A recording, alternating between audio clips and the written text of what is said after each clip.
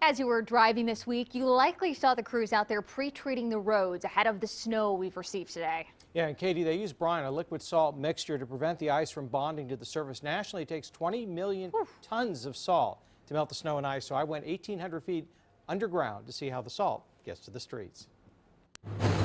A buried treasure lies 1.5 miles from downtown Cleveland off Whiskey Island, where the temperature always hovers around 70 degrees in a cavern supported by massive pillars. You can call the workers down here the salt of the earth. Up to 50 at a time scrape, drill holes, and blast and scoop salt onto a series of belts and elevators. Being underground is a family tradition for David Bird. My parents and my both my grandparents and everybody worked in the coal mines or in iron ore. Bird burrows 1/3 of a mile down through the salt mine. The salt keeps our roads safe in winter. Workers here keep safety a top priority. Our intake air shaft, so you can hear the wind kind of whistling around the cage as we're descending into the mine.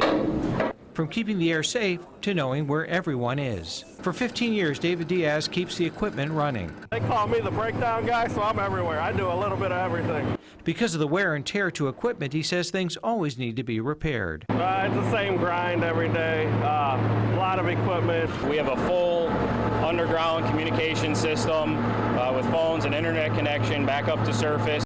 So this is all salt, Bob? That is all salt dust on the floor. After the salt has been scooped from the tunnel, it goes through the crusher and then is loaded onto a conveyor belt heading for the mill. About 3.5 million tons of salt come out of the 12-square-mile Cleveland salt mine every year and is loaded into trucks and trains to de-ice roads from Virginia to Canada. From nearly 5 miles out from the shoreline of Lake Erie, 200,000 tons are shipped to Central Ohio.